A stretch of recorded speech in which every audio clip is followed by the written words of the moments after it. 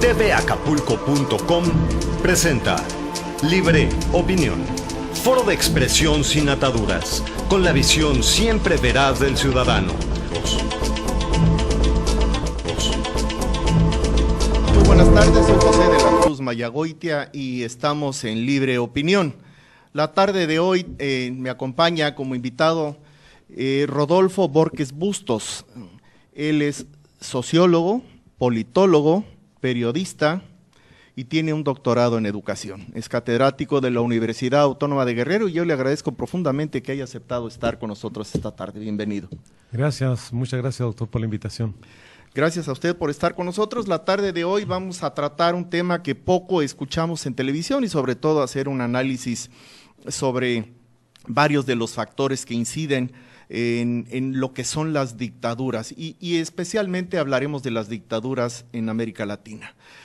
Sabemos que las dictaduras se dan cuando existen las condiciones sociológicas necesarias y para poderse expresar y pues se han dado en diferentes países, pero no en todos.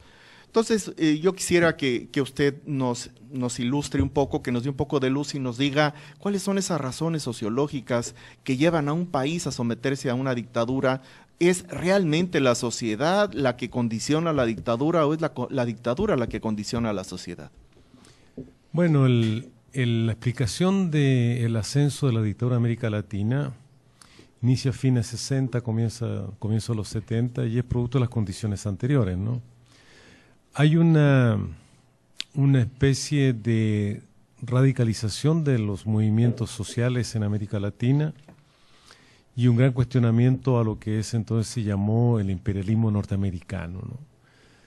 En esa época, quien gobernaba Norteamérica aplicaba la política Monroe, América para los americanos, y todo el informe que había en la CEPAL desde las Naciones Unidas se nos decíamos que éramos países latinoamericanos completamente dependientes y se crea ahí una línea de pensamiento, ¿no?, que tuvo su concreción mayor con la Revolución Cubana a fines de los 50, comienzo de los 60. Entonces es evidente que hay una gran influencia, particularmente de algunos levantamientos políticos en América Central, particularmente en Nicaragua, Guatemala con Arbenz, la invasión a Santo Domingo el 67 y particularmente el triunfo de la Revolución Cubana. Digamos, hay una gran influencia para el movimiento campesino obrero. La teoría que se va afincando ahí desde el pensamiento social fue fundamentada principalmente por sociólogos y politólogos sudamericanos, particularmente brasileños, argentinos y chilenos. Y esta teoría se conoce como teoría de la dependencia, donde tratan de explicar la radicalización de este movimiento. Se parte de una idea de que el centro de control de América Latina lo ejerce en Norteamérica, ya hay países periféricos que serían los países latinoamericanos, que estarían sometidos a los embates de este país potente imperialista, ¿no?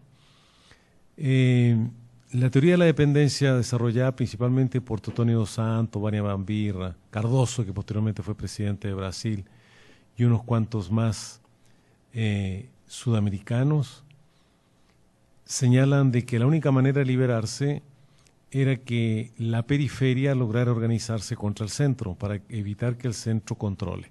¿Cuál fue la respuesta de Norteamérica? Norteamérica creó la Escuela de Antiguerrilla en Panamá, prepara a las Fuerzas Armadas latinoamericanas para impedir otro levantamiento similar al cubano, porque habían fracasado con la invasión a Bahía Cochino, y en ese entonces se empiezan a crear una serie de movimientos guerrilleros, ¿no? Principalmente algunas partes con Sandino en Centroamérica, Colombia, que es la guerrilla más vieja, y para abajo se iniciará grandes movimientos guerrilleros con el Ejército de Liberación Nacional, el ELN de Bolivia, el Movimiento Izquierda Revolucionario en Chile, el MIR, encontramos los Tupamaros en Uruguay y encontramos el movimiento también revolucionario en Argentina. Esta situación que había sido atípica en América Latina crea inmediatamente el cuidado de Norteamérica y las clases dominantes de cada uno de esos países.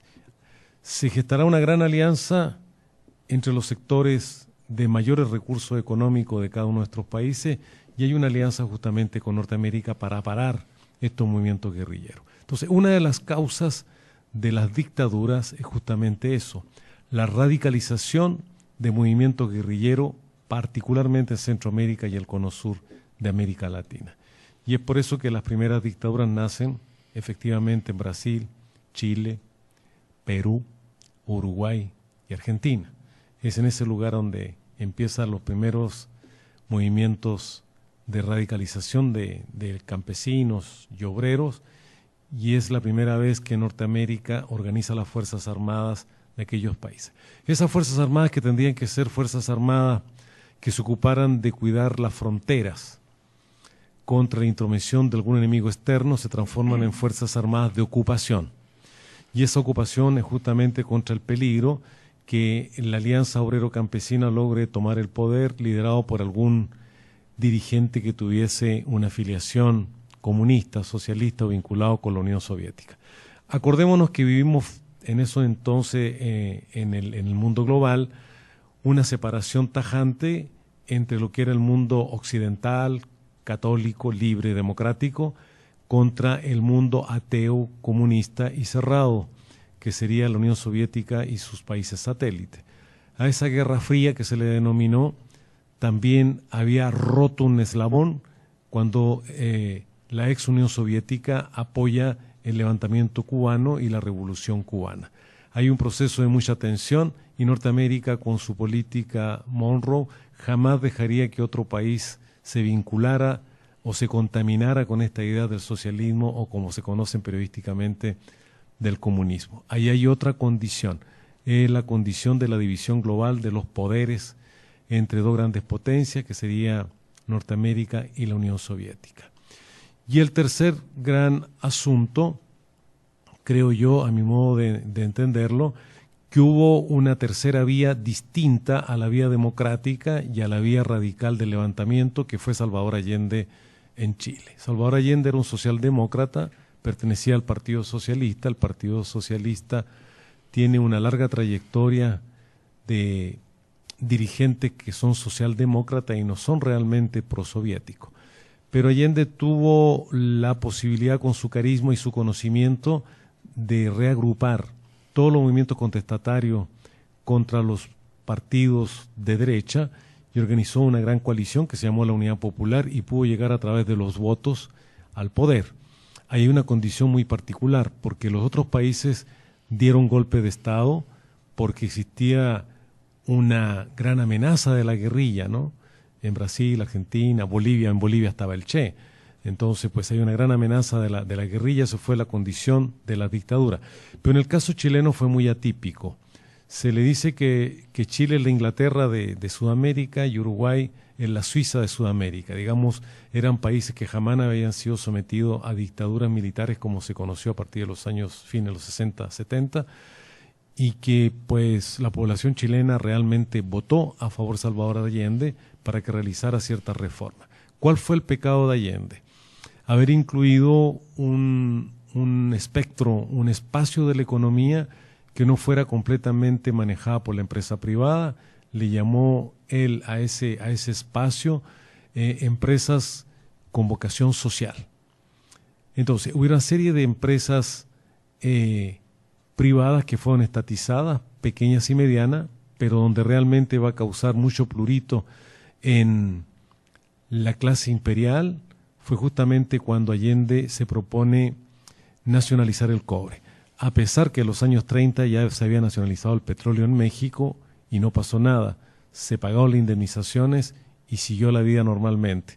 En Chile, en el momento en que se proponen nacionalizar el cobre, hay un gran malestar de Norteamérica porque se estaban tocando capitales. Esa sería otra circunstancia también que va a influir, en el caso particular de Chile, en el golpe de Estado y el establecimiento de dictaduras. Es importante decirle a nuestra audiencia que Chile tiene la mina a cielo abierto de cobre más grande del mundo. Chuquicamata. Sí, que es precisamente, vendría a ser el equivalente o analógicamente lo del petróleo en México, por eso usted lo refiere así. Bien, hay algunos datos sobre Brasil, sobre João Goulart, en 1961 a 64, en donde el ejército utilizó todo su poder y con la ayuda económica de los capitales norteamericanos que se veían afectados por la política de Goulart en Brasil, lo derrocó. A partir de 1964 y hasta 1985, Brasil fue gobernado por una sucesión de regímenes autoritarios. 64 a 67, el mariscal Humberto Castelo Branco, jefe del golpe militar, puso fuera de ley a los partidos políticos, intervino sindicatos, cerró las universidades, dejó cesantes a eminentes sociólogos y economistas, interrumpió las experiencias alfabetizadoras, reprimió la oposición y rompió relaciones con Cuba. La Iglesia denunció la miseria y la represión. Se estableció una ficción democrática de dos agrupaciones políticas, las gubernamentales y la oposición no peligrosa. Esta dictadura que surge en Brasil no es, curiosamente, la primera del continente. Debemos recordar que la primera fue en México, con Porfirio Díaz, quien tuvo el mando del país durante 30 años. Ese general oaxaqueño que toma el mando una vez y se eterniza, ¿no? Y simula, y lo recordé ahora porque habla aquí de que simula la democracia, y este hombre pues iba a elecciones en donde tenía siempre el mismo contrincante y curiosamente siempre perdía. Sin embargo, quise mencionar lo de Brasil y ahora lo de México, primero para reconocer a México como la dictadura más antigua del continente americano, y luego para ahora, partiendo de esa base y de algunas otras que usted sugiera, poder hacer un análisis entre dictaduras, porque, por ejemplo, a don Porfirio se le recuerda en México, quienes vivieron en esa época, hace un par de siglos, lo recuerdan como un hombre que mantuvo la paz social, que mantuvo la moneda a la par del dólar, que mantuvo el crecimiento del campo, había producción agrícola, fue el que le dio el gran impulso a los ferrocarriles nacionales, que era el medio idóneo de transporte para las mercancías, etcétera. Incluso cuando viene la revolución y cuando él trata de defenderse hasta un determinado punto y luego decide él mismo autoexiliarse en Francia por razones de no seguir derramando sangre. O sea, habla de una nobleza en algunos aspectos y en otras no podemos dejar de considerarlo como un dictador, como lo que fue, pero sí la forma en la que dejó su obra con el pueblo y la forma en la que el pueblo se vio beneficiado no es lo mismo que en todas las dictaduras. ¿Qué me puede usted comentar a eso? Bueno, el problema aquí más bien es categorial o conceptual, ¿no? Que cuando hablamos de dictadura nos referimos a la esfera política. De acuerdo. El sueño de la ilustración, o como se conoce genéricamente, la modernidad que culmina o que inicia más bien en el siglo XVIII, pero es producto de una acumulación desde el Renacimiento para adelante, tenía un gran sueño, y ese sueño es la defensa de los derechos humanos, que hoy conocemos ampliamente a qué se refiere. Pero se promovían en este sueño los grandes hombres ilustrados, Montesquieu, Rousseau, Voltaire, Kant, Descartes, y todos los grandes hombres ilustrados, incluyendo a Hegel, que la felicidad estaba dentro del ser humano mismo, y mientras no hubiese libertad, fraternidad y una cierta equidad o igualdad, no habría posibilidad de desarrollar al ser humano. Para ello, el primer obstáculo no solamente era la libertad individual, sino aquellos que la promueven o aquellos que la cancelan. Y quien la promueve y la cancela es el Estado. Y cuando hablamos de Estado estamos hablando de la esfera política. Entonces, desde la esfera política, México ha tenido una gran tradición de dictadura. O sea, los aztecas no eran ningún demócratas, gobernaban de manera autoritaria, los que no se dejaban someter los mataban y otros los sometían y vivían a partir del tributo. Cuando llegaron los españoles con los virreyes, tampoco eran democráticos los virreyes. Tuvieron que hacer una revolución para obtener ciertos derechos los criollos. Y cuando llega una parte de libertad, entre cuando asume el poder el liberalismo, hay una especie anterior de una cierta libertad que fue producto de la independencia de México. Pero a partir de ahí en adelante se habla muy bien, y nuestro querido Peje habla siempre que él quisiera ser como Benito Juárez, pero el movimiento liberal mexicano tampoco, Lerdo de Tejada y Benito Juárez, no tenían muchas intenciones de dejar el poder realmente con un equilibrio de poderes como lo plantea Montesquieu, digamos, con una división de un legislativo que legisle y haga leyes, un poder judicial que las sancione y un ejecutivo que publique esas leyes y que prevenga que esas leyes sean buenas para la sociedad. Digamos, hay que reconocer que el fundador del liberalismo, Benito Juárez, Lerdo de Tejada y todos aquellos liberales de aquella época, pero Porfirio Díaz, de una u otra manera, era la época en que él también estaba dentro de los liberales y retoma estas viejas ideas, ¿no?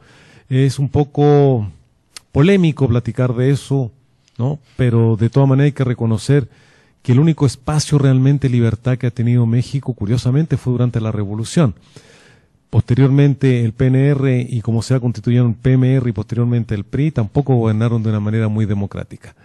Pero como dijo por ahí un gran escritor peruano, la dictadura perfecta, digamos, ha habido paz social, ha habido un cierto desarrollo, pero con instituciones políticas corporativas los últimos años, o por no decir último siglo en México, desde Lázaro Cárdenas en adelante, que ha impedido el libre desarrollo de los individuos, los movimientos sociales que sean opositores.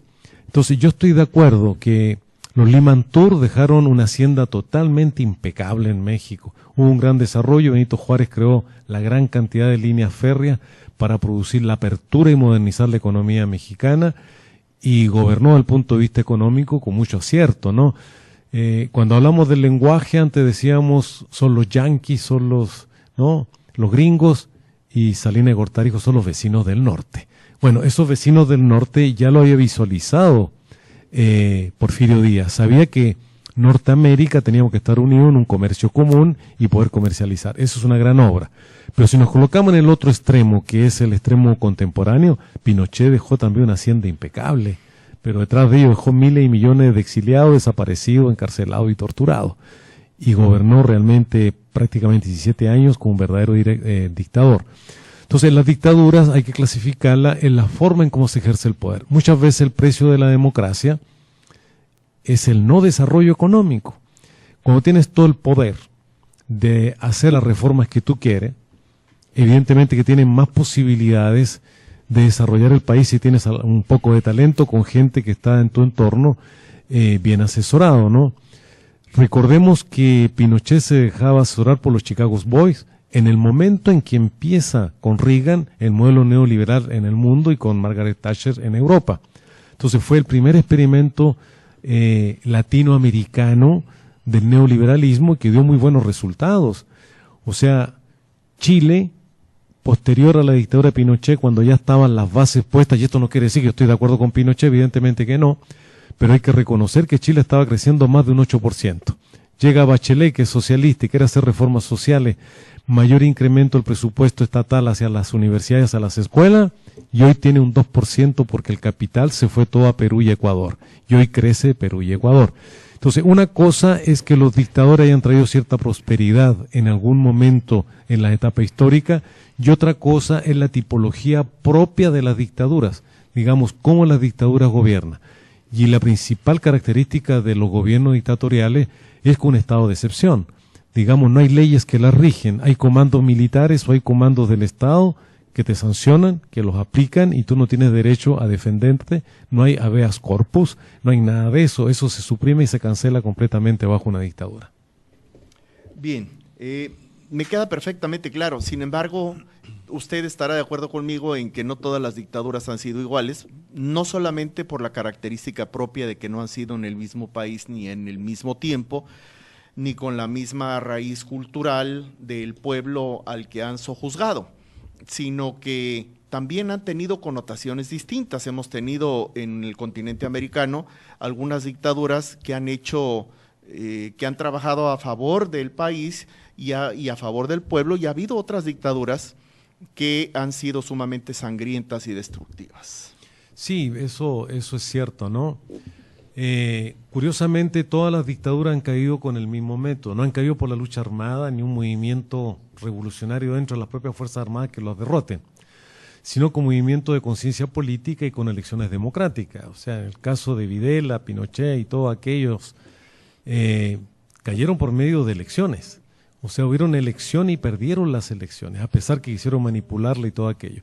Eso está demostrando que los agravios cometidos contra esas poblaciones sometidas por la dictadura tuvo una respuesta política, y la respuesta política: no queremos más dictadura, aunque sea muy genial y muy moderna, ¿no? En cambio, en el caso español, el Pacto de la Moncloa son los grupos que se unifican después de la muerte de facto de Franco para colocarse de acuerdo cómo vamos a ejercer una transición hacia la democracia. ¿Por qué? Porque había un problema mayor. Y el problema mayor es que España estaba completamente al margen de las relaciones económicas con toda Europa. Digamos, ningún país europeo quería comercializar, ni menos ser admitido en ese entonces la Comunidad Económica Europea, porque tenían un gobierno dictatorial. Entonces, los franquistas arrepentidos, el PSOE, el Partido Comunista y todos aquellos se unieron, hicieron un pacto: controlemos el movimiento obrero, negociemos con los países europeos y creamos una transición a través del rey Juan Carlos y vamos para adelante, ¿no? Y en América Latina ha pasado algo similar. Evidentemente que no todas las dictaduras han caído de la misma manera y no han gobernado de la misma manera. La segunda característica más importante: mientras el país era más politizado, la represión fue mucho más severa y mucho más radical. La represión contra los Tupamaros en Uruguay, contra todo lo que sea filo comunista o guerrillero en Chile o en Argentina, fue brutal igualmente que en Argentina, en Brasil, contra João Goulart. Porque no solamente tocaron a los militantes políticos o los que eran dirigentes obreros o políticos de partido. En Brasil, por ejemplo, Paulo Freire fue expulsado, fue encarcelado, siendo dado que era un pedagogo que había ocupado cargos de dirección en Sao Paulo como ministro de Educación. O sea, ahí estuvo realmente parejo contra todos. ¿Por qué? Porque había más conciencia social. Lo que me llama mucho la atención es que casi todo esto sucede, la gran mayoría, al principio de los años 70, ¿no? O sea, lo de Augusto Pinochet, por ejemplo, en 73, en 73 también se da durante la presidencia de Jorge Pacheco Arceo en Uruguay, políticos como el socialista, se clausuraron periódicos de radio, se censuró la prensa y se llamó a tomar medidas de seguridad y se dificultaron las huelgas y el maltrato. Juan María Bordaberry ganó la presidencia por ley de lemas, tenía poco apoyo popular y pronto buscó el aval de los militares. En 72 se votó el estado de guerra interna y en 73, una vez más, 73, las Fuerzas Armadas suprimió el Congreso y ya no se reconoció a las autoridades constitucionales. Eso en Uruguay y en Bolivia hablamos de un golpe encabezado por el coronel Hugo Banzer de 1971 a 78.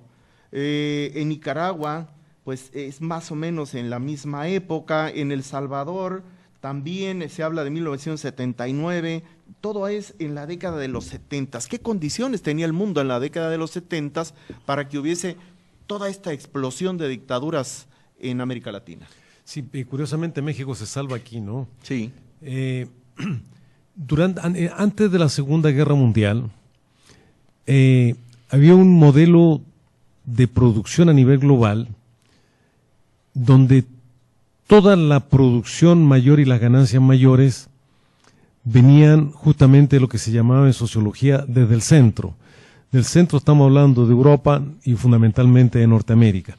Éramos económicamente dependientes y al ser económicamente dependiente estaba sometido a los vaivenes y a las decisiones que viniesen del centro. Eso crea mucho malestar en los países latinoamericanos porque incrementa la pobreza. La solución de Norteamérica fue la Alianza para el Progreso creada por Kennedy en los años 60. La Alianza por el Progreso era un modelo de ayuda paternalista que no resolvía el problema de la pobreza de fondo. ¿Por qué México se salva?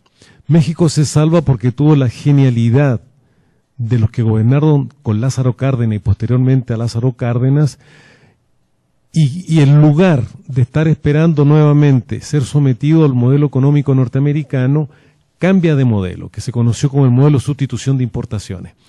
México dice, ya no compramos más aquí, no industrializamos nosotros. Acordémonos que el momento que se crea el Politécnico, ¿por qué? Necesitábamos ingenieros, necesitábamos técnicos para desarrollar el país. Es el momento del gran boom económico mexicano y el gran nacimiento de la clase media. Digamos, se compraban su departamentito a través del Infonavit o el Fobiste, todos tenían su ochito, si podía un Golf por ahí, y había una gran clase media. No le afectó a México esta radicalización de la dependencia con Norteamérica, porque afortunadamente estamos cerca de Norteamérica y es nuestro hermano mayor, y esto nos permitió crear nuestro propio recurso para sustituir la dependencia económica. Pero esa dependencia económica no fue fortuita. Norteamérica entra en guerra y toda la industria que ellos tenían, que era principalmente la industria pesada automotriz, la reemplaza por la industria aeronáutica. Tenía que entrar a las armas y tenía que entrar a pelear a Europa. Entonces, México ya no tenía cómo suministrar toda la mercancía industrial hacia el país. Y es por eso que México se industrializa y no sufre los embates de la pobreza. En cambio, nuestros países sudamericanos y centroamericanos eran completamente dependientes de Norteamérica. De la posguerra viene un gran empobrecimiento y en lugar de crear las condiciones en Norteamérica para un desarrollo autónomo para esos países, lo que fueron programitas paternalistas que no resolvieron el problema de la pobreza. Y esto es caldo de cultivo para los movimientos guerrilleros. O sea, si tú tiras balazos, saca a los gobernantes, vamos a vivir mejor, estilo Cuba. Y eso no es verdad tampoco. Claro, por supuesto. Entonces, realmente el quid y lo que detona estos grandes movimientos es la pobreza, y es una pobreza que está en cierto modo controlada o promovida por los mismos americanos porque así le conviene. No requiere de tener competencia en su propio iba a decir territorio, pero no, es el continente, en el mismo continente. La pobreza es un gran detonador. Sin embargo, habla usted y habla bien al decir que México tuvo esta era de industrialización que ha de haber sido en la época, por lo que señala usted, antes de los años 50, con Maximino Ávila Camacho. Claro, ¿verdad? Efectivamente. Y después vino Miguel Alemán, que detonó el turismo y todo lo demás, que vino a complementar, pero sí se perdía un poco, aunque no del todo, la intención de la industrialización en México y de la autosuficiencia alimenticia. Recuerdo esa frase que se manejó incluso aún en la época de López Mateos, de Gustavo Díaz Ordaz y hasta de Luis Echeverría, que fue realmente en donde empezó nuestra verdadera debacle. Claro. Ahora, la forma de gobierno o hegemónicos que ha tenido también México, eso le favorece. Digamos, un partido único, con una burocracia única, con una forma de Estado corporativo. Digamos, el movimiento obrero no está separado del partido. O sea, el gran acierto de Lázaro Cárdenas para despegarse de Calles fue justamente esto. Voy a crear un Estado corporativo que tenga entrada el movimiento campesino organizado, el movimiento obrero organizado, el movimiento popular, la Fuerza Armada, los empresarios. Y tengo a todos juntitos, hago un Estado corporativo donde reparto a cada quien parte del botín y esto me permite una gran estabilidad. Recordemos que el gran presidente de la posguerra francés, Charles de Gaulle, no le gustaba mucho la democracia y sabía que en México tenía mucho acierto repitiendo el mismo partido en el poder. Y mandó en aquel entonces de la posguerra a unos politólogos franceses a estudiar el sistema político y el Estado mexicano. Y después de una estancia de casi 9 meses por acá, llegaron los politólogos a Francia y le dijeron cómo gobiernan los mexicanos, cómo gobiernan el partido en el poder. Y la respuesta de los politólogos fue: dejemos a Francia con sus Camembert y dejemos a los mexicanos con sus chilaquiles. Es un sistema irrepetible. No se puede repetir un sistema corporativo como eso. En cierto momento Marx le llamó a eso bonapartismo, que era un discurso progresista a favor de los que menos tienen y una política por la derecha. Y eso mantenía en equilibrio el poder y satisfecho a todos. Y es un poco, esa fue la estrategia del poder.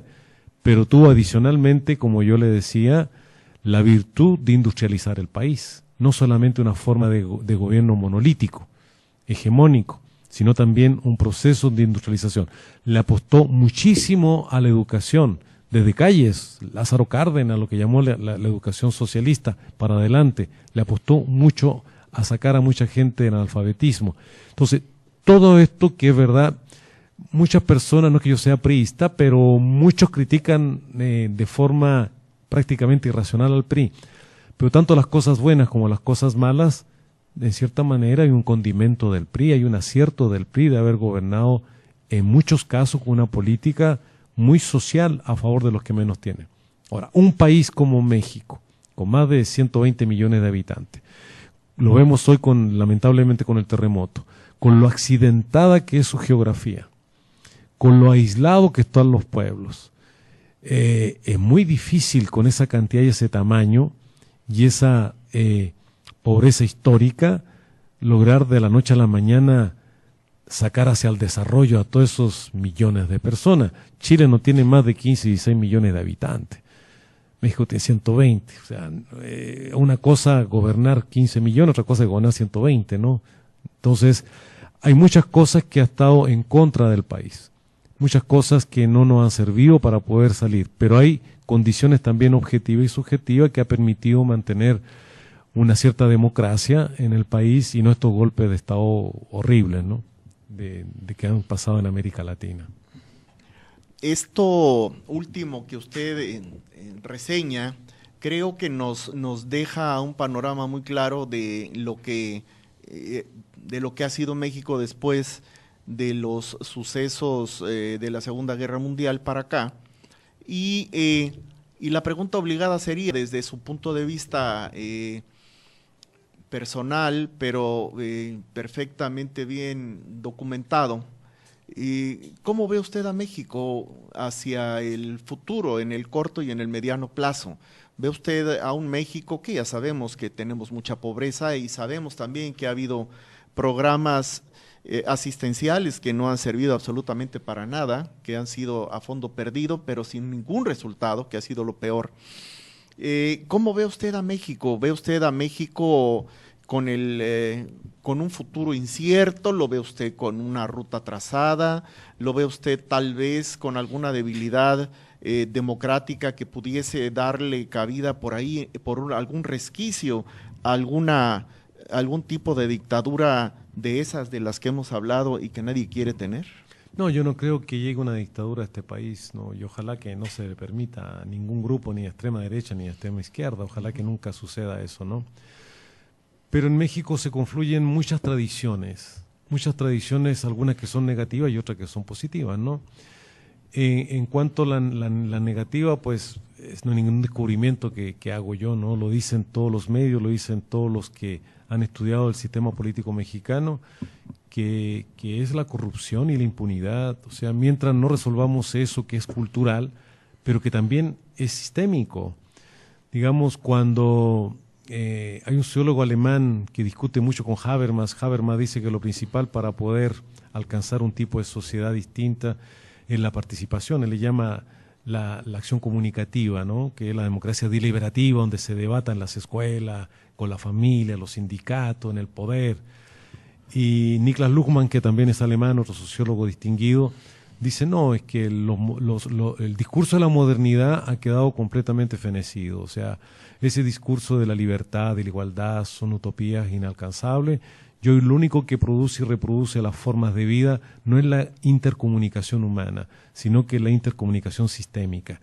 Y creo que tiene algo de razón en el sentido cuando él dice que hay estructuras fundadas, sistemas que se han creado, que se intercomunican y que tienen lazos tan profundos que es muy difícil poderlos cambiar al no ser con una gran revolución cultural o de las ideas, como pasó en Singapur. Singapur era un país terriblemente corrupto, más que en México, y la impunidad estaba por todos lados. Llegó una clase política joven que logró traer nuevas ideas, empezaron a gobernar de forma recta y crear una cultura distinta, y hoy Singapur es un país que es donde se vive muy bien, ¿no?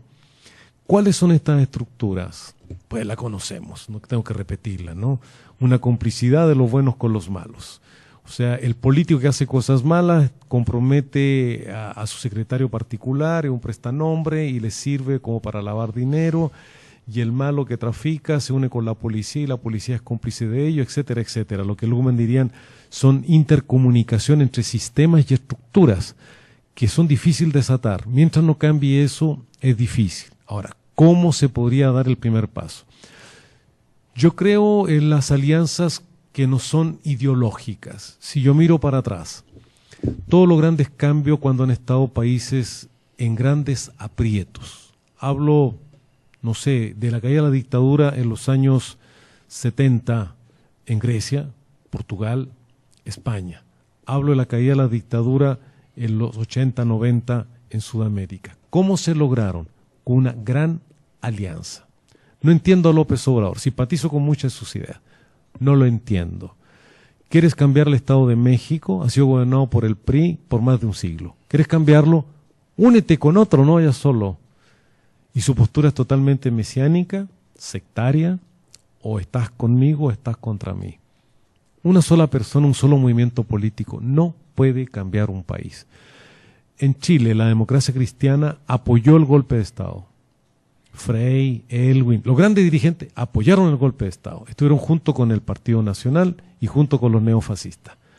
Cuando vieron lo que sucedió, Elwin y la gente más humanista de la democracia cristiana pasó a la centroizquierda. Y fue la centroizquierda con la democracia cristiana que permitió una transición pactada. Y Chile creció enormemente. Lo mismo sucedió con el Pacto de la Moncloa en España. Y lo mismo sucedieron con la caída de las dictaduras en toda Europa, las pocas dictaduras que quedan en ese entonces. Entonces, yo creo que en el caso mexicano tiene que seguir por el mismo camino.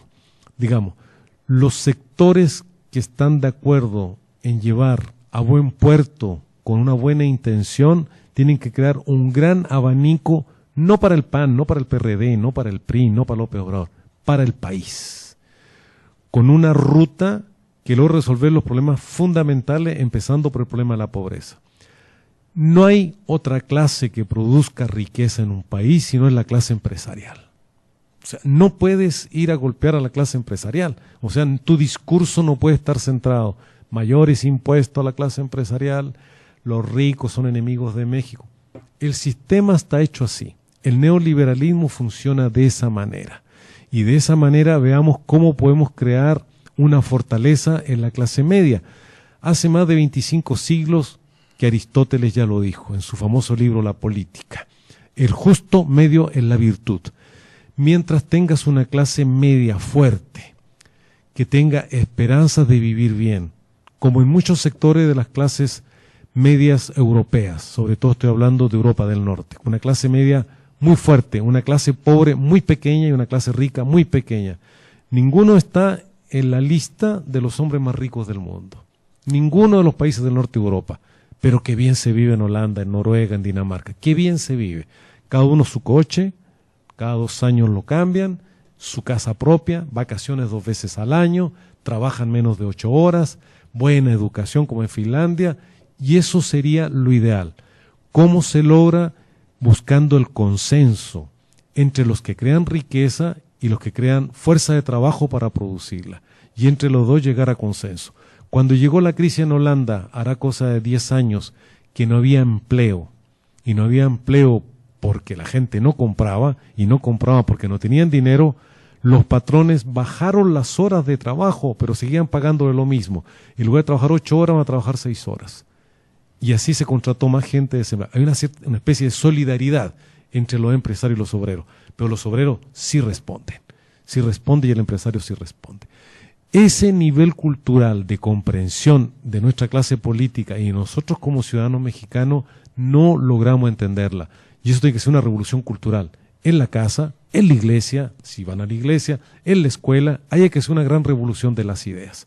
Mientras no hagamos esa revolución de las ideas, seguiremos iguales. Creo que esa sería la verdadera revolución que cambiaría a México. Yo creo fehacientemente que así debería ser. Y comparto con usted plenamente, la revolución de las armas sería totalmente inútil y regresiva, pero la revolución de las ideas, que yo me he dado en llamar en algunos de mis artículos la revolución de la inteligencia, porque al fin de cuentas las ideas forman parte de las mentes inteligentes y son las mentes inteligentes las que comparten las ideas. Así es. Entonces, esta revolución de la inteligencia siento que podría servirnos a todos los mexicanos y podríamos servir también nosotros de muestra para que otros países realicen lo mismo. Es una tarea titánica, muy difícil, muy compleja, precisamente por todas estas complicidades establecidas en México, más que sistemas son verdaderas complicidades. Y romper con las complicidades implica dejar a algunos que ganen y algunos que pierdan. Y mientras haya perdedores, habrá gente que no esté de acuerdo, que esté insatisfecha y que querrá, debido también a su misma ignorancia, buscar revanchismos y buscar venganzas. Y eso pues no lleva más que a la confrontación y a la eliminación de la paz social y del tejido social también, por ende, ¿no? Totalmente de acuerdo. México tiene muchísimos puntos a favor, muchísimos. Su geografía, su naturaleza. Sabemos que somos la quinta potencia mundial en turismo. Hoy la acumulación de riquezas se hace en el sector terciario. Los únicos países realmente industriales de veras es China y Alemania. Todo el resto le compramos a ellos. Y el país más tecnológico es Japón y Corea del Sur. Ahí donde se produce, bueno, estaba leyendo la otra vez, que en Corea del Sur se producen más de 30.000 patentes por año. En toda América Latina no producimos ni siquiera 35. Entonces, ahí está la tecnología. Bien, México tiene esa potencialidad, pero no sabemos explotarla. Tenemos modelos educativos caducos. Usted me decía en el corte, cuando salió esto de Internet y salió esto de la informática, tuve que estudiar, pero usted es uno, el resto no lo estudia. El resto se deja mejor y ya no lo hago. No, ¿por qué no lo hacemos? Es parte de nuestra cultura. México tiene muy buenas universidades, el UNAM, el Poli, TEC de Monterrey, algunas universidades privadas muy buenas. O sea, tenemos una geografía ideal para cultivar verdura, fruta.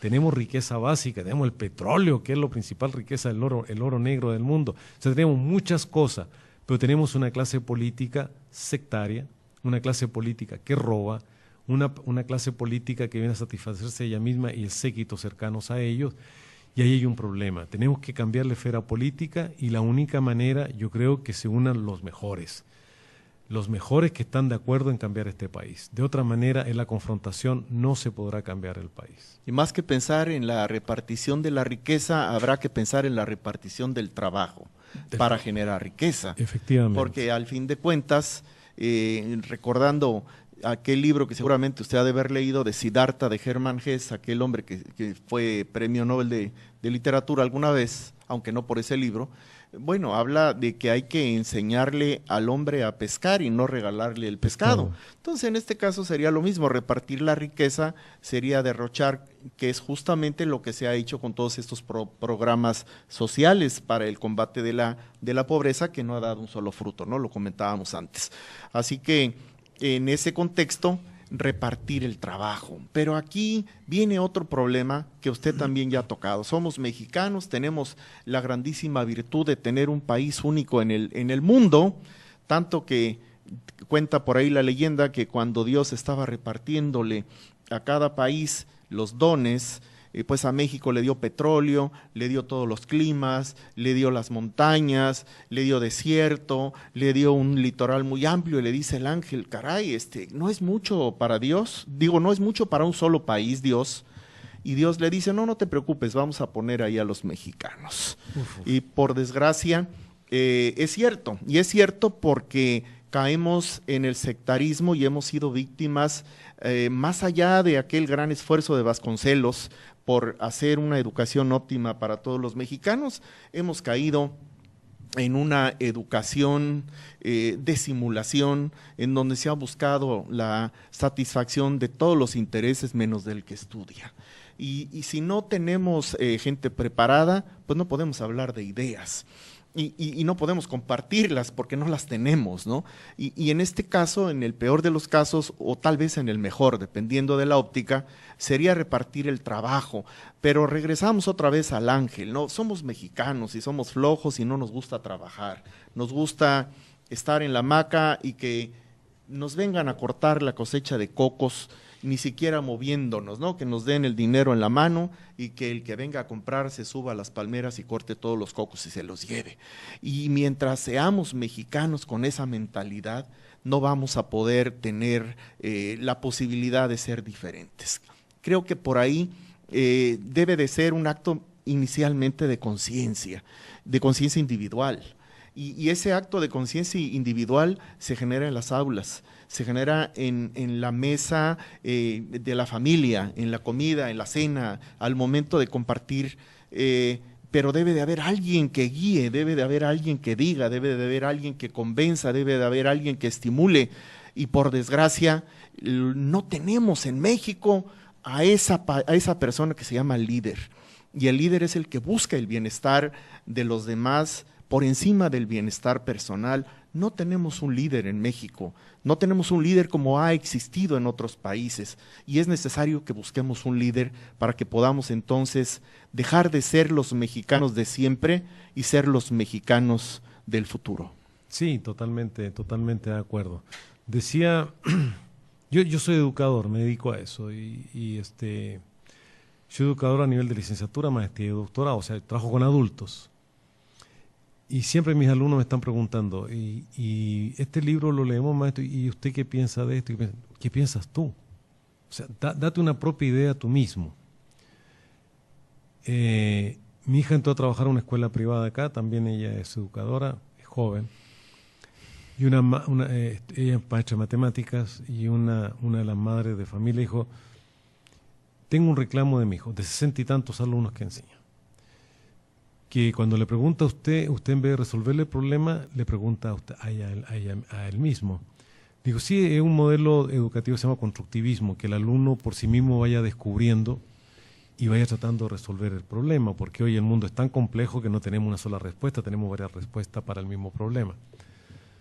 Entonces el director dice, oye, qué interesante, yo no conocía ese modelo. Bueno, y es el modelo que actualmente lo que llaman trabajar por competencia, ¿no? Así es. La competencia, aprender, aprendes tú mismo. Tuvimos actualmente un problemita en la universidad, están tirando un edificio, no pudimos ir a clase, dije van a leer esto y nos vemos de vuelta de clase. Si tiene alguna duda, nos comunicamos, ya sea por cualquiera de las plataformas que tenemos en internet. ¿Le mando el resumen de la lectura? No, es una lectura para reflexionar, le mandé 5 preguntas después de la lectura. Entonces, no tenemos conciencia aún que hace 3 siglos atrás, para que un concepto médico, biológico, social cambie, había que pasar 100 años. Hoy el celular de tabiques tardó 2 años en cambiar, pero hoy cada semana sale el iPhone 1, el iPhone 2, el iPhone 7, el iPhone 8, y ese celular no solamente nos sirve para mandar mensaje o para hablar, sino grabamos música, sacamos fotografías, hacemos 1000 cosas, imprimimos y hacemos todo. Entonces el conocimiento va tan rápido que tenemos que enseñarle a nuestros alumnos y a nuestros amigos, a nuestra familia, en que tienen ellos que pensar por sí mismos y aprender por sí mismos. Me decía un colega, si viene un médico de la Edad Media y resucita y llega a un hospital, y decir, ¿qué es esto? Es una radiografía, pero ¿cómo se ve? ¿Cómo la leo? Y esto es una tomografía, no iba a entender nada. Pero si llega a nuestras escuelas de Acapulco, un profesor de la Edad Media resucita y entra a un aula, dice, esta es una escuela, esta es un aula, porque ahí está el profesor con el GIS enseñándole cómo se hacía más de 5 siglos atrás. Entonces, este aspecto de la autonomía, de que el alumno aprenda por sí mismo, que el alumno tenga ideas propias, que imagine cómo hacer. El arte es una forma de imaginarse. Los programas han ido cada vez más sacando la materia de filosofía y arte. La han ido sacando. cuando hay, a propósito de la dictadura, una dictadura que llega al poder, a los primeros que reprime justamente es a la gente que se ocupa del arte, porque son creativos, porque son críticos y porque van a enunciar ideas distintas al poder. Esta parte educativa aún no logramos entenderlo. Pensamos que la calidad educativa es quien repite cosas que están en los libros ya hechas y dichas por otro. Bill Gates se fue de Harvard justamente por eso. Y el padre se molestó mucho porque era clase mediero, estaba becado, era inteligente el muchacho. Quédate que aquí vas a tener un trabajo seguro. Es que no me enseñan lo que yo realmente quiero saber. No, yo quiero hacer, es que eso no va a resultar, es que yo lo quiero hacer, aquí no me enseñan, me salgo del paradigma. Y algo similar pasó con Cuarón, aquí en México, ha ganado todo en cine, lo expulsaron del UNAM porque la maestra quería una película de acción y él quería una película con contenido, hacer un video con contenido. Y finalmente fue a contracorriente, abandonó la UNAM, pero el resto es historia. Es un gran cineasta. Entonces, eso nos falta a nosotros, imaginar mundos posibles, tener liderazgos en nuestras escuelas, con nuestros profesores, en nuestro hogar, que nuestros padres sean nuestros líderes, que sean nuestro ejemplo a seguir. Y así tendremos una clase política probablemente distinta también. Entonces, podríamos concluir diciendo que México tiene una dictadura y que tiene la peor de las dictaduras porque es la ignorancia. Yo creo que hay una parte, yo que me dedico al asunto de la educación, que está envuelto en muchos clichés con gente muy improvisada. No solamente por la profesión, porque puede haber, usted estudió medicina y es un excelente comunicador y un excelente periodista, no tiene nada que ver con eso.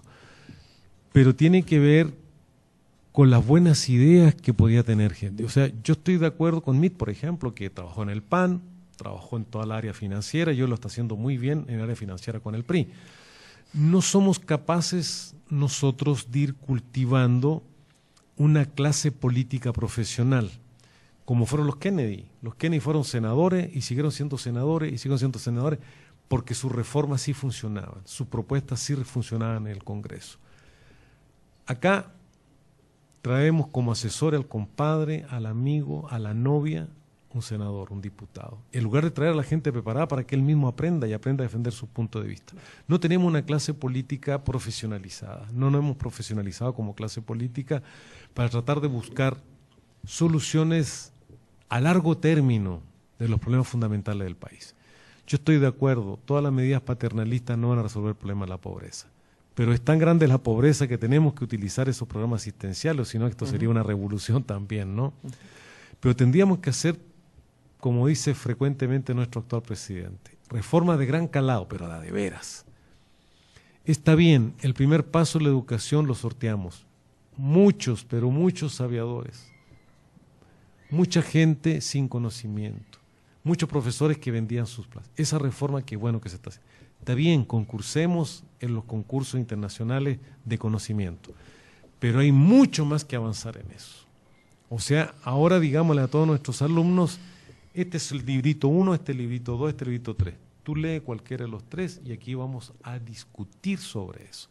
Y tú te vas a llevar tus propias ideas para ir construyéndolas. ¿Te gusta tocar guitarra? Construye tu propia melodía. Hay un texto muy bonito que se llama justamente, que tiene que ver con el talento de las personas, ¿no? Se llama El Elemento, de Robinson, que es un inglés. Y nos dice justamente qué sucede, dónde está el error de la educación. Que queremos hacer una educación homogénea para todos iguales cuando somos heterogéneos como individuos. Pues es esencial eso, es elemental. Entonces le llevan una chica que es inquieta, que nunca está quieta en el salón de clase, que tiene miles de reportes. Se lo llevan al psiquiatra. Y el psiquiatra dice, quédese aquí hay una cortinita, no la van a ver, yo la voy a tratar y voy a hablar con ella. Y mientras habla con ella, tarda la entrevista media hora y le dice, su hija es fantástica, su hija es bailarina. ¿Cómo? Mírela, le puse una música de ballet para que, y estaba bailando ahí. Se volvió loca, dice. ¿Qué le pasó a mi hija? Ahora está peor que cuando la traje. Ella va a ser bailarina, no tiene para qué llevarla tanto tiempo a la escuela. Que sepa lo elemental, ella va a ser bailarina. Usted está loco. No queremos que nuestra hija sea bailarina. Queremos que sea licenciada en Derecho, doctora. Hoy es la prima bailarina más reconocida en Inglaterra, formadora de las grandes escuelas de ballet. Y da también de un gran músico como Paul McCartney, ¿no? Yesterday, la canción más escuchada en el siglo XX, le pasa lo mismo. Quiero tocar guitarra y no me enseñan música en la escuela. Va la mamá y le suplica al profesor de música, le enseña música clásica, guitarra clásica. No, yo quiero tocar rock. Este niño está mal. Este niño está mal. Y el resto es historia. Lo sacaron de la escuela y hoy es eso. Entonces aquí las escuelas deberían modernizarse. Yo entiendo que el profesor no puede ser tutor de cada uno de los alumnos. No, eso no se puede hacer. Pero sí se pueden crear extra clase, espacios para que los niños puedan practicar el talento. Aquí hay mucha gente talentosa. Yo no me canso de leer los periódicos. México ganó el concurso de matemática, de informática, de metatónica. Bueno, todos los concursos los gana. ¿Y a dónde queda ese talento? ¿Dónde está? Esos son los que van a cambiar el mundo. Hoy el conocimiento es el capital más preciado. Si tienes conocimiento nuevo, es el que va a obtener un gran prestigio y va a obtener las ideas nuevas para cambiar la vida.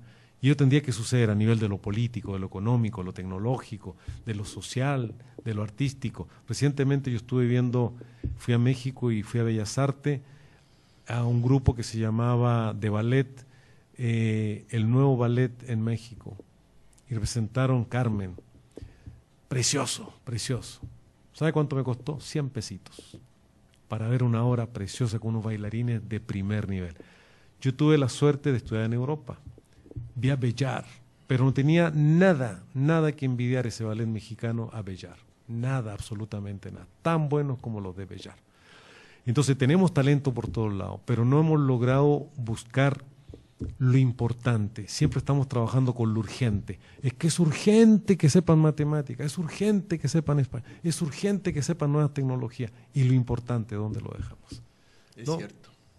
Ahí hay un problema, ¿no? Es cierto, y además, como usted bien lo señala, siempre estamos con la prisa de cumplir con el programa, pero no estamos viendo si efectivamente el programa está cumpliendo con el estudiante. Digo, porque es una simbiosis, la comunicación tiene dos vías, y no podemos pensar que si nosotros cumplimos con el programa como maestros, el alumno necesariamente está instruido.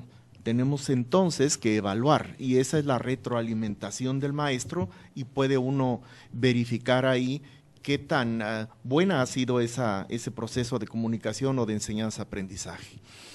Y lo que sucede en México es de que las cosas se dan por sentadas. Es que ya cumplí, es que ya lo hice. Y viene toda una serie de condiciones también que son de índole político.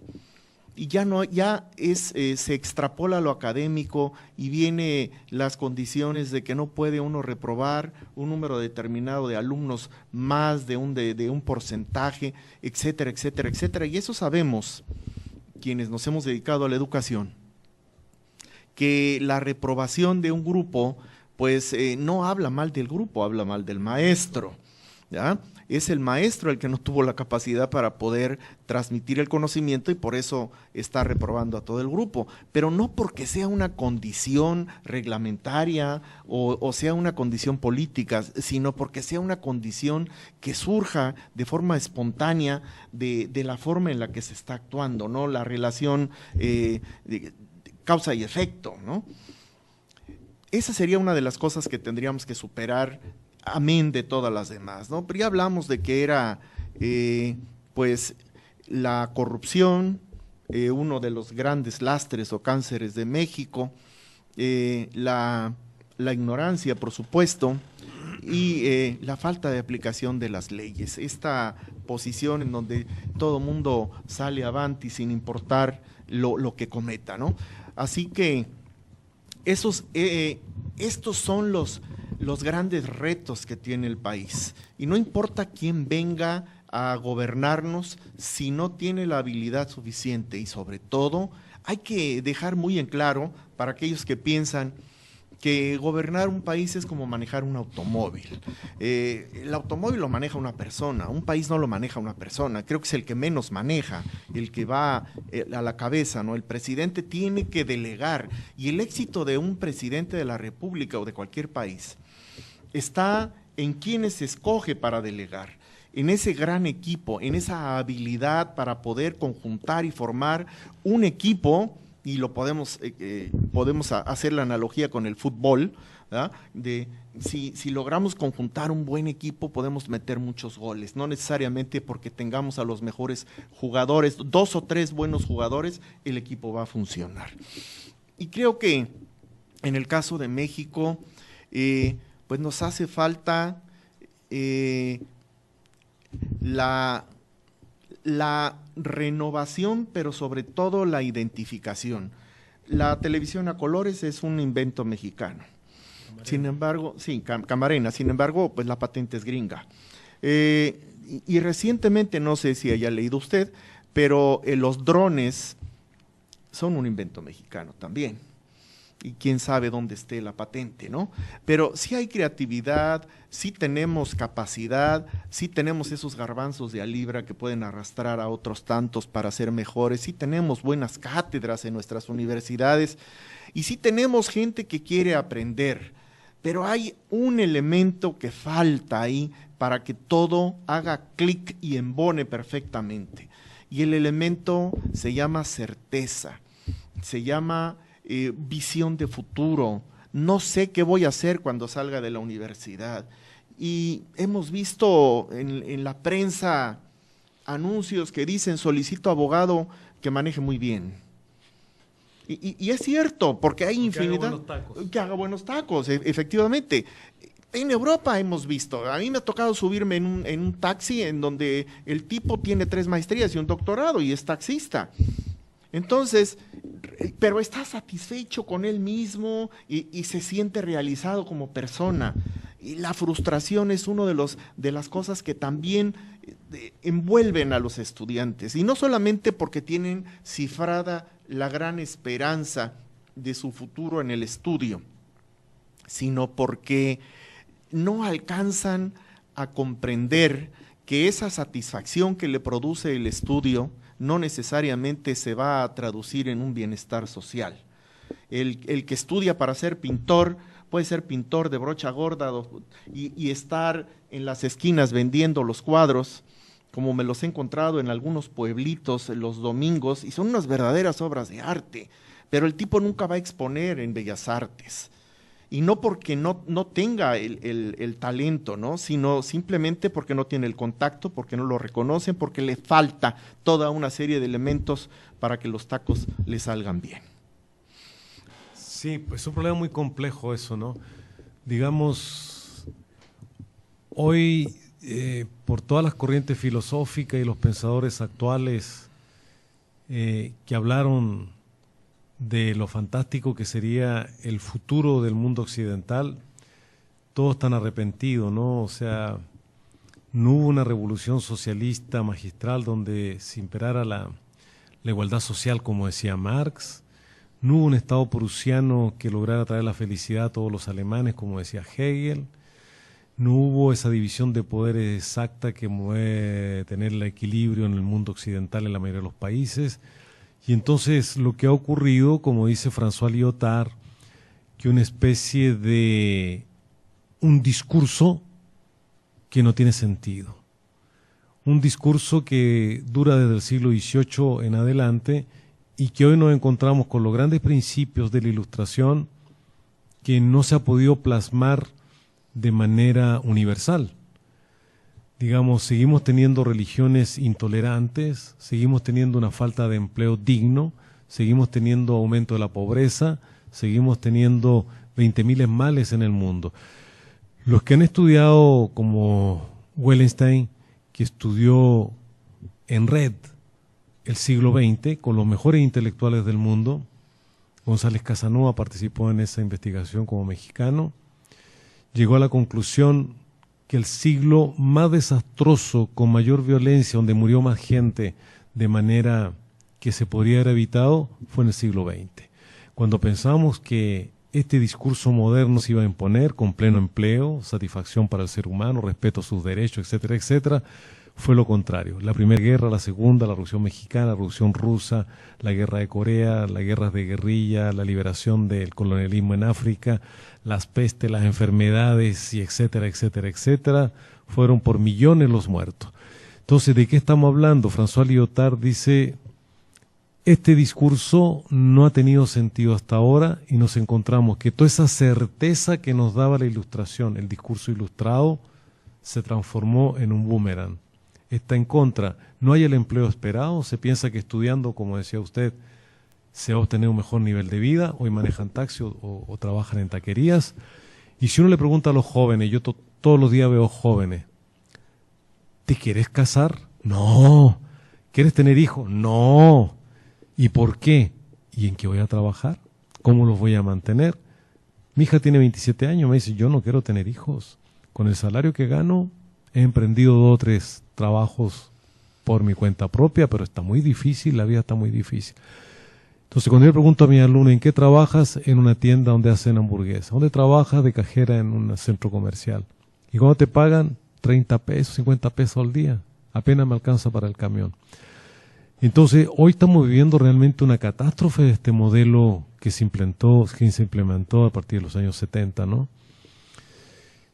Que donde el capital industrial ya no constituye el factor primordial de la ganancia económica mundial, sino que es la especulación financiera. Hoy el sector terciario, a través de las famosas tarjetas y el dinero plástico, él acumula el dinero, con un teclado transformas tu dinero de Nueva York hasta Tokio y ahí inviertes todo tu dinero y ve cómo le hace. El famoso FOAPROA y la famosa quiebra de los bancos fue justamente a causa de esto. Si el dinero no se invierte, no produce riqueza, ¿no? En Singapur, todavía en algunos países asiáticos, ¿quieres sacar tu dinero? Te va a cobrar un impuesto, inviértelo aquí. Japón es así, Corea del Sur es así, acá no. Acá te facilitan para que puedas evitar pagar impuestos, que tengas un paraíso fiscal, porque está invirtiendo y está creando empleo. ¿Qué tipo de empleos? Y nos colocan más encima a ahorrar nuestro dinero porque ya no va a haber jubilación. O sea, no te vas a jubilar. Lo que tú ahorres vas a tener que tener una cajita donde vas guardando tu dinero para cuando ya estés viejo y te puedas automantener. Decían los que entienden de esto, si la solución fue crear un FOAPROA y devolverle el dinero para reactivar la economía financiera, las instituciones bancarias, las instituciones financieras, para reactivar la economía, una segunda posibilidad de hacer lo mismo será imposible. Por la sencilla razón que la gran cantidad de empresas estatales que tuvieron que ser vendidas para poder tener el dinero suficiente para darle nuevamente dinero a las empresas financieras, para que nos presten dinero a nosotros, para que podamos comprar una casa, endeudarnos y poder trabajar y así sucesivamente, ese modelo se agotó. Albert Einstein tenía razón. Tú no puedes utilizar una solución a un problema que creó el problema. Esa no es solución. La solución no es volver a darle más dinero a los bancos para que nos vuelvan a prestar y vuelva a reactivar la economía. Hoy la crisis, nos dicen los economistas que saben de esto, por eso están reeditando tanto a Marx en Japón y en Nueva York. Lo están reeditando nuevamente en Europa. ¿Qué significa esto de que el capitalismo funciona con una recesión, con estabilidad, con un gran avance, con una gran virtud de estar hasta la cima y de repente con una caída y una vuelta a crisis y vuelva para arriba? ¿Qué está pasando en la hora actual? Evidentemente que Marx estudió lo que era el capitalismo industrial, pero el capitalismo financiero nadie sabe qué consecuencias puede tener. Entonces, hoy el marketing te dice, estudia en una buena universidad, ten buenos conocimientos. ¿Y en qué voy a trabajar? Mi hija tiene 2 maestrías, una licenciatura y un doctorado. Y trabaja en una universidad privada donde gana 50 pesos la hora. Esa es la realidad. Y vuelta para allá y mira para acá y mira para acá. Las universidades públicas que te aceptan tienes que ser investigadora, tienes que tener no más de 30 años, tienes que haber publicado unos 2 libros en revistas indexadas para ver si te pueden contratar con 10,000 pesos al mes. Así están las cosas.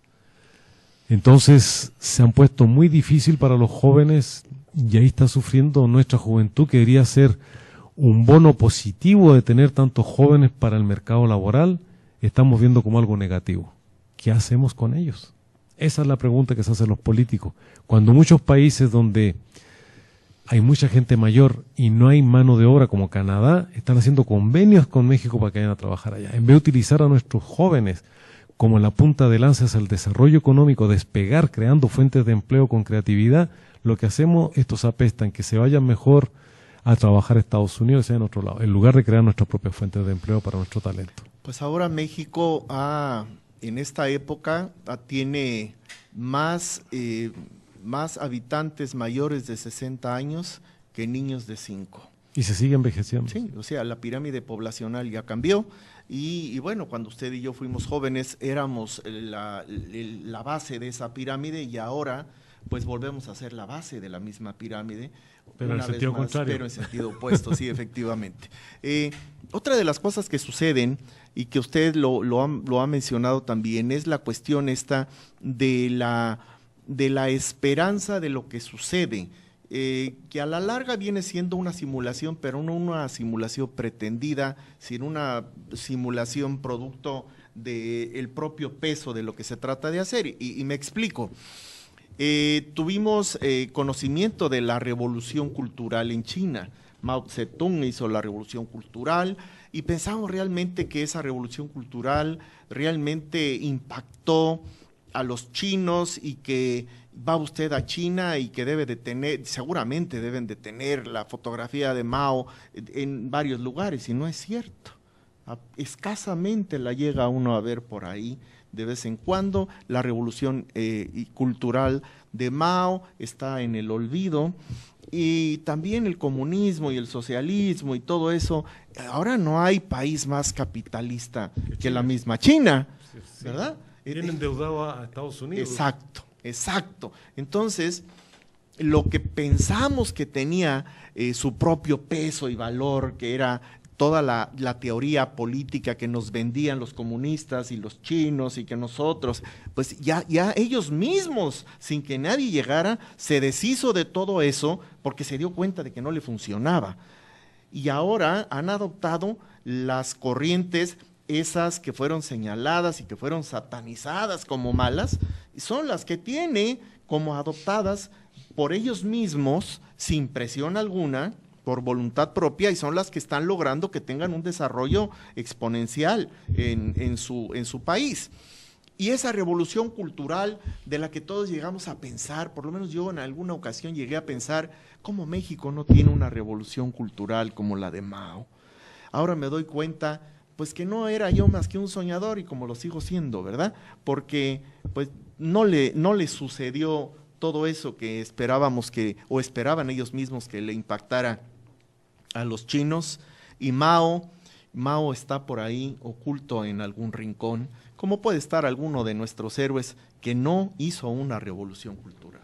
Sí, el asunto no es que el capitalismo, en tanto que forma de modo de producción, de acumulación de riqueza, sea algo malo o sea algo bueno. Lo que sucede que la forma de acumulación de capital trae resultados muy positivos, el propio Marx lo reconocía, ¿no? Cuando señalaba que en menos de medio siglo el capitalismo había creado más riqueza que toda la historia de la humanidad. O sea, la revolución de la fuerza productiva, o como se dice ahora, de la nueva tecnología, es producto del propio modelo capitalista de competencia. Si quiero competir y ganar, tengo que crear nuevas tecnologías. Y esto te crea un gran avance en el conocimiento y en la ciencia. Como nadie puede negar que el invento del método de la ciencia, como un espectro abierto a la posibilidad de equivocarse, de rectificar y seguir avanzando, no haya sido uno de los grandes inventos de la mente humana y que es producto justamente del capitalismo. Digamos, el capitalismo se sirve de la ciencia para poder producir más, para poder ganar más, para poder navegar, andar en avión, salir y comercializar. Todo eso es perfectamente cierto. Como es cierto que los sistemas socialistas, en lugar de liberar al proletariado y a los obreros, los sometió. O sea, León Trotsky, en un célebre libro que se llama El Curso Nuevo, dice cómo se conforma el Estado soviético. Se conforma porque los soviets votan. Bueno, hay democracia, los soviets votan, los consejos obreros votan y eligen a los dirigentes. ¿Y para dónde van esos dirigentes? A una reunión del Congreso Nacional del Partido Comunista. ¿Y qué hacen ellos? Votan al Comité Central. Y el Comité Central elige a la Comisión Política y la Comisión Política elige al Secretario General. ¿Y quién manda en Rusia o en la Unión Soviética? El Secretario General, pues Stalin, Khrushchev. Ellos mandaban, ellos decidían. Entonces ya no es ese centralismo democrático que llamaban ellos, era una dictadura autoritaria, no tenía nada que ver con democracia. Entonces, la intención del discurso probablemente era bueno, los resultados siempre fueron nefastos. Ningún país llamado socialismo, incluyendo Cuba actual, como decía por ahí en las redes de internet, ¿no? Decía, yo creo que Adán y Eva eran cubanos. ¿Por qué? Porque andaban desnudos, se andaban paseando felizmente en un paraíso, decían que estaban en un paraíso, pero ni siquiera se podían comer una manzanita. O sea, había la pobreza absoluta, pero le decían que ese era el paraíso. Creían que estaban en el paraíso. Bien, sí. Así como los modelos de lo que llaman socialismo real o socialismo burocratizado, como queramos llamarlo, comunismo, que le llama la prensa, trajo resultados que fue imposible de seguir con el modelo y se cayó por sí mismo. China tiene un gran punto a favor. Tiene un Estado gobernado por un partido terriblemente disciplinado, heredero del Partido Comunista Maoísta. Acordémonos que Mao Zedong en la Gran Marcha mató 16 millones, que fue el ejército del limpiado. O sea, los acabó y eran aliados de ellos. Igual que en Cuba, Fidel acabó con Camilo Torres y con toda la corriente de los verdaderos líderes. Y el verdadero líder de ahí era Camilo Torres, no era él ni el Che Guevara. Che Guevara ni sabía de política. Entonces, todos los sistemas totalitarios de los países que se llamaban socialistas, llegaron a veces por vías armadas, pero todo el este de Europa ninguno quería el socialismo. O sea, Polonia era un país donde se hablaba francés, eran aristócratas, se creían ellos herederos de monarquías. Checoslovaquia lo llegaron a dividir y dijeron, pues esto es para nosotros, Eslovaquia para un lado, nosotros lo juntamos y esto es nuestro. Bulgaria fue producto del pacto de después de la Segunda Guerra Mundial, ¿no? Ellos hicieron un pacto ahí, y las potencias dijeron esto para ti, esto para mí. Y hoy el resultado fue eso. Ahora, esto no quiere decir que el sistema capitalista no traiga resultados perversos. Hoy también hay muchos resultados perversos del capitalismo. Y esto está vinculado a las formas de crecimiento y a las formas de ejercicio del poder. Weber le llamó formas de dominación racional, o administrativa o burocrática. Y esto se reduce a creer que el único modelo posible es este. Sistema de red, discurso único, ¿no? Como Fukuyama decía, el neoliberalismo es el único discurso. Ya cayeron todos los regímenes socialistas, quedan 2 o 3 países locos ahí, Corea del Norte y Cuba, que no quiere, pero todo el resto ya cayó en la esfera.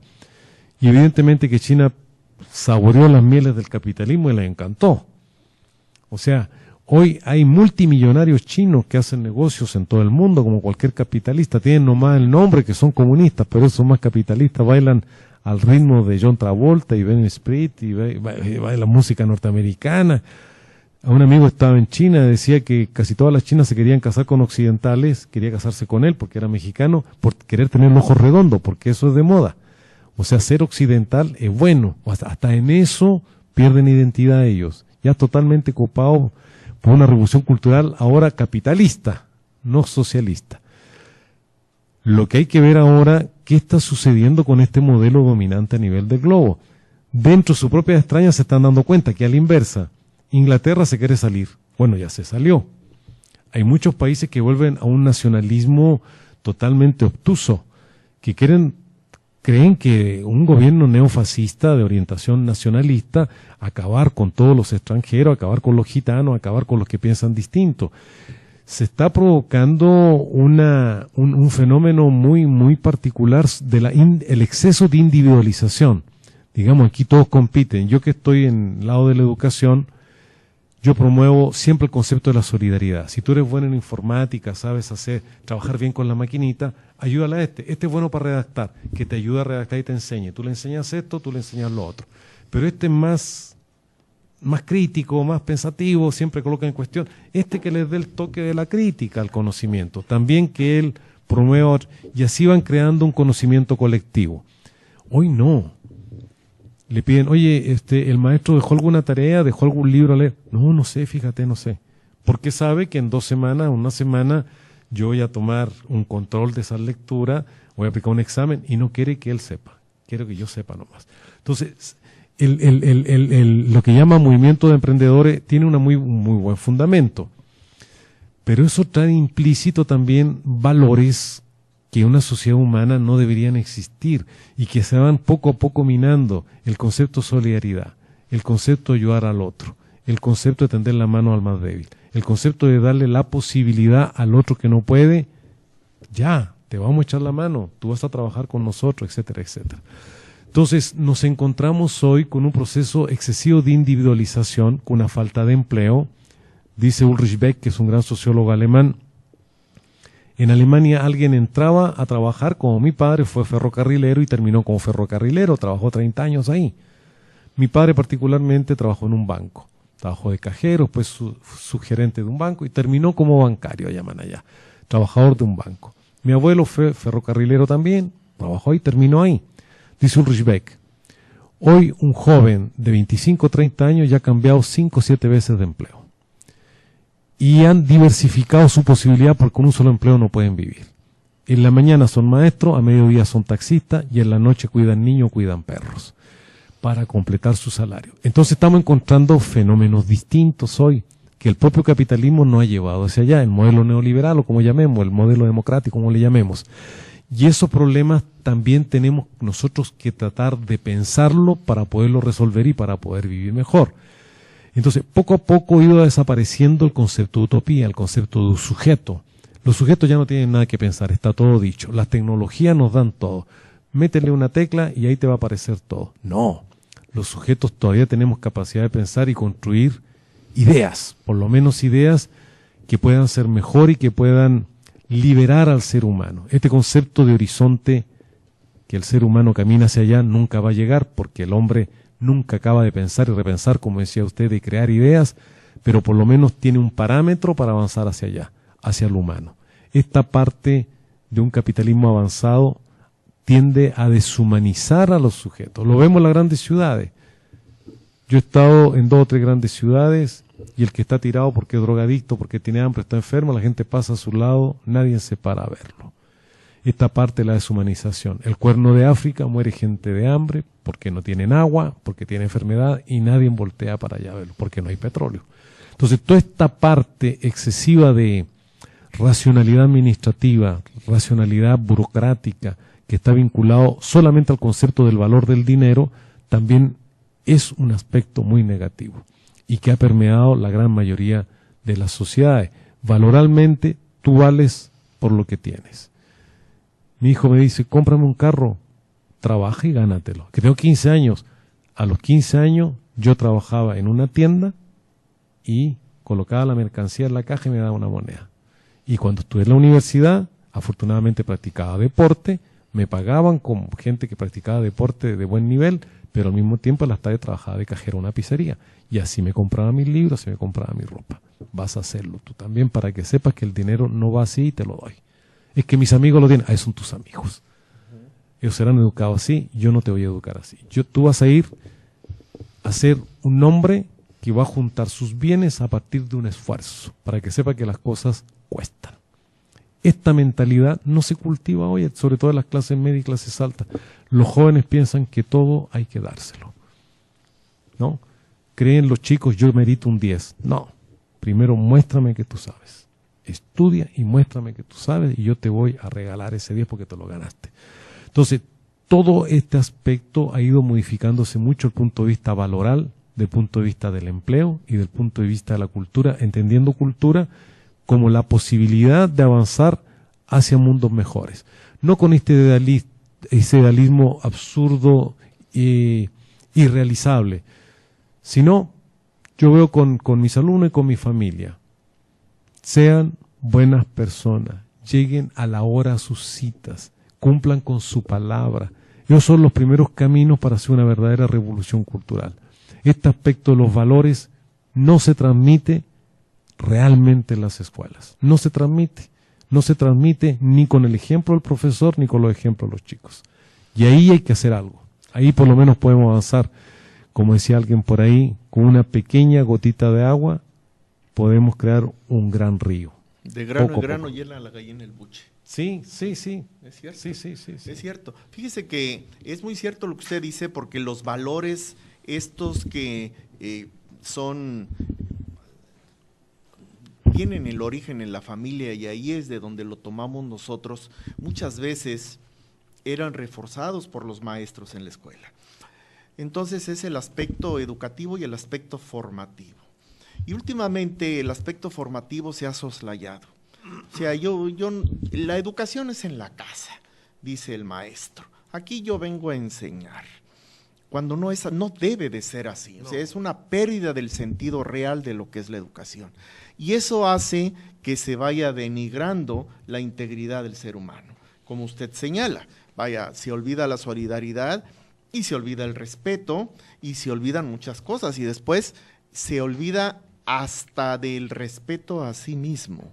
El mismo sujeto termina denigrándose a sí mismo porque pierde el sentido de la orientación de los valores, pierde la brújula, y al perder la brújula no encuentra el camino.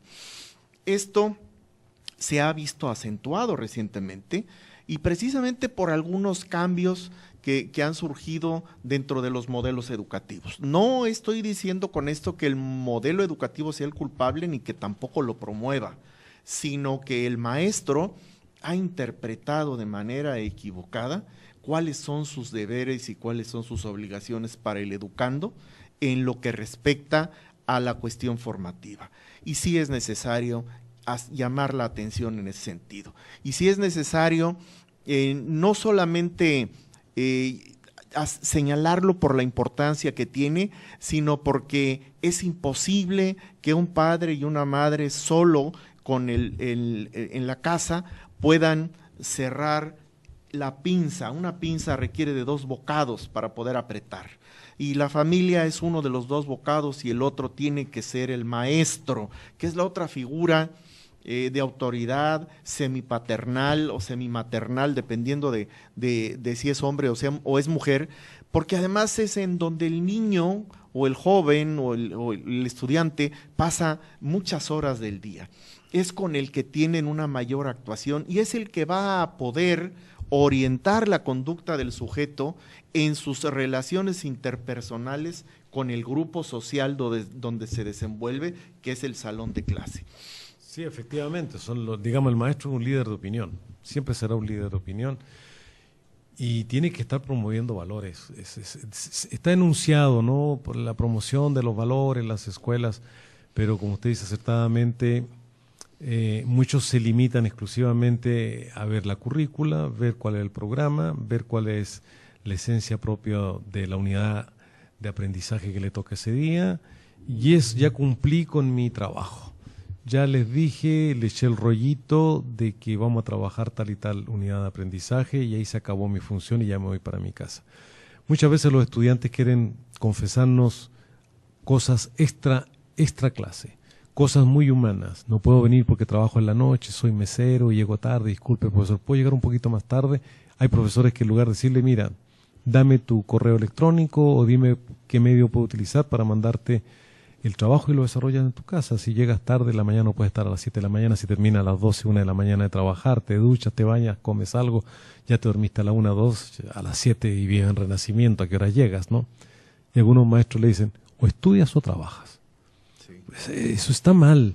Sí. Los que hemos sido estudiantes con carencias, yo trabajaba en una panadería y a las 5 de la mañana me paraba y a las 8 estaba, pero la clase no me la perdía.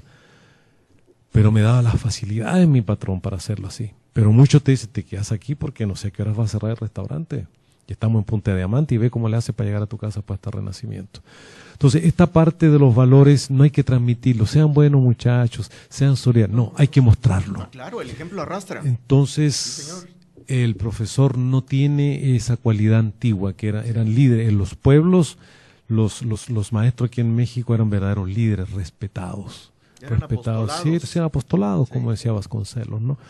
Entonces, esta parte nos está faltando mucho. Y esas pequeñas cosas es lo que nos va a dar un nuevo tipo de ser social, que esté realmente a la altura de un mundo nuevo, de una nueva sociedad que merece un nuevo tipo de ciudadano, una nueva forma de pensamiento, ¿no? Maestro Borges, ¿estamos a tiempo como país, como México, para poder dar un golpe de timón, cambiar el rumbo, para poder salir del marasmo en el que estamos, del retraso o de la condición que le queramos llamar a donde nos encontramos ahora para ser mejores? Yo creo que sí, o sea, como lo vuelvo a repetir lo que dije hace rato, México tiene condiciones objetivas y subjetivas de mucho valor, tiene gente joven aún, talentosa, buenas universidades y tiene un medio que tiene la riqueza en cualquier sitio, ¿no? Entonces tenemos las dos condiciones, creo que nos pueda favorecer.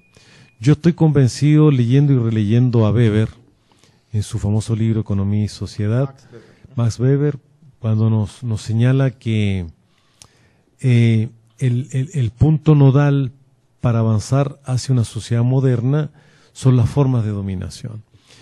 Y dice, en la edad antigua, la forma de dominación era o carismática o tradicional. Carismática, pues el don que tiene alguien y tiene ese don de mando, un sultanato, un general de un ejército, un líder de un reinado, pues tiene un carisma y la gente lo sigue, quién sabe por qué tiene algo. Y el tradicional cuando se hereda de familia en familia, típico de la Edad Media. En cambio, la dominación moderna está vinculado al conocimiento. Y Weber, estamos hablando, lo dijo un siglo y medio atrás. Al conocimiento, a la persona que técnicamente tiene conocimiento, al que realmente sabe. ¿Cómo se demuestra eso? Con los títulos. Pero no solamente con el título, sino que lo que figura en ese título lo tiene que demostrar en la práctica. Pero además de demostrarlo con la práctica, tiene que tener una conducta moral y ética adecuada al conocimiento de la ciencia que él tiene.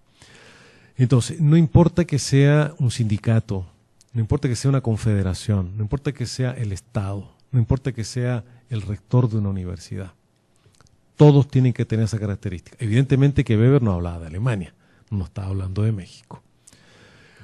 Cuando uno piensa eso, México, ¿qué es lo que es como sociedad en esta tipología que nos da Max Weber hace más de un siglo atrás? Es un sistema carismático. Yo no sé si todos los que dirigen los estamentos importantes de este país tengan el carisma. ¿Es realmente un país moderno con una burocracia que tiene el conocimiento adecuado para que funcione acorde a las necesidades y a sus tiempos? Lo pongo en duda. Con lo que yo puedo mirar externamente y veo en la universidad el que es rector, en las empresas el que dirige, en el gobierno el que manda. Yo creo que más bien lo determina un aspecto más tradicional, propio del tiempo de la Edad Media. En el tiempo de la Edad Media tú heredabas el poder por sangre, por familia. En la edad moderna en México lo heredan por compadrazgo. Digamos, el compadrazgo, el amiguismo, el que es cuate, el cuatismo, te decide muchas veces los puestos importantes en un estado, en una empresa, y es por eso que fracasan. Y te voy a hablar abiertamente. Yo soy maestro fundador de la Universidad Americana. El rector que estaba ahí era un tipo bien preparado, licenciado en Derecho. Era de Tijuana. Había sido el secretario particular de Ruiz Massieu y la Universidad de Ruiz Massieu. Después vino un administrador, perfecto, el otro se fue, un administrador. Los maestros pasábamos un examen con sinodales que venían de México, de la UAM y del UNAM, para poder entrar y tener un tiempo completo, un tiempo parcial. Hasta que de repente llega un personaje que era amigo del amigo, que había sido amigo de este otro amigo, y empiezan a llegar puros funcionarios de partidos políticos. En la facultad que yo trabajaba teníamos dos grupos de 30, 35 alumnos. Me fui de ahí, ya me fui el año 2001, 2002, por ahí. Recientemente estuve por allá. el director de la Facultad de Comunicación era un ingeniero. O sea, ¿qué tiene que ver con la comunicación? Era un ingeniero. Entré a los salones, estaban divididos, porque habían 7 alumnos, se habían ido todos. O sea, los alumnos y los padres de familia no son estúpidos. Cuando sabe que eso no está funcionando, no está funcionando. Por lo tanto, pues ya no voy a esa universidad. Entonces, encontramos permanentemente una clase política, una clase que debería producir ciencia, de tener la calidad moral y el conocimiento para mandar las instituciones estratégicas en este país con un equipo que sea competente, no lo tenemos.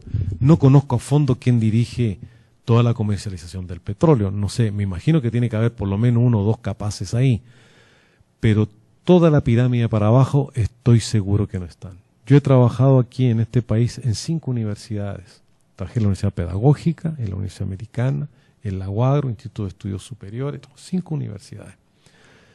Y en ninguna he encontrado que el director de mi facultad es el más capaz, es el que más sabe, es el que tiene más conocimiento, mayor experiencia, mejor trato, que conoce mejor los modelos didácticos pedagógicos. Entonces, creo que eso se repite constantemente. Yo no creo que la clase política que gobierna este país es la mejor de los ciudadanos más honestos, con mejores valores y con mayor conocimiento de la ciencia política, y entendía la ciencia política como técnica, como arte y como capacidad de implementar reformas que ayuden a todo el país. No creo que esté ahí la clase política adecuada. Entonces, cuando Alemania pierde la Primera Guerra Mundial y la Segunda Guerra Mundial, y hoy encontramos que es una de las principales potencias del mundo y la más importante de Europa, hay algo ahí, hay algo ahí.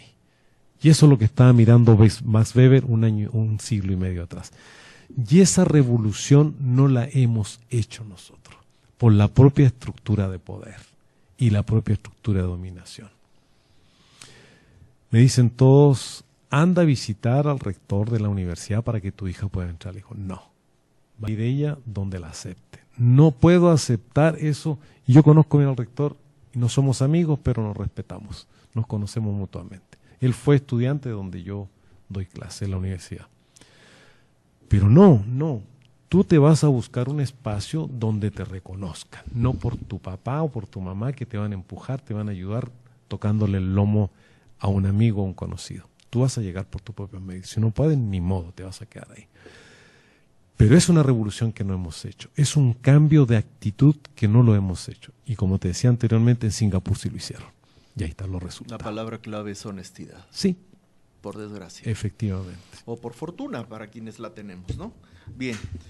Profesor Rodolfo Borges Bustos, sociólogo, politólogo, periodista, doctor en educación, catedrático de la Universidad Autónoma de Guerrero. Le agradezco muchísimo que haya estado con nosotros el día de hoy. Sobre todo ha sido un deleite escucharlo. Espero que nos pueda acompañar en el futuro en Libre Opinión. Y no sé si quiera decir algo antes de cerrar el programa. No, pues muchas gracias por la invitación y te felicito por este espacio comunicativo tan abierto, tan democrático, donde podemos expresar libremente nuestra opinión sin ningún tapujo. Y seguro que muchas de mis opiniones están equivocadas, están erradas, y seguro que muchos no estarán de acuerdo conmigo, pero qué bueno que está ese espacio democrático que nos sirve estas nuevas tecnologías para poder expresar ideas propias. Para poderlo decir al menos, ¿verdad? Muy bien, pues yo le agradezco mucho a nuestro invitado su compañía la tarde de hoy, pero le agradezco más a usted que nos haya acompañado desde su hogar. Lo invito a que lo haga una vez más el próximo martes a las 18:06 de la tarde en un programa más de Libre Opinión. Hasta entonces, que tenga usted una estupenda semana. tvacapulco.com presentó Libre Opinión, foro de expresión sin ataduras, con la visión siempre veraz del ciudadano.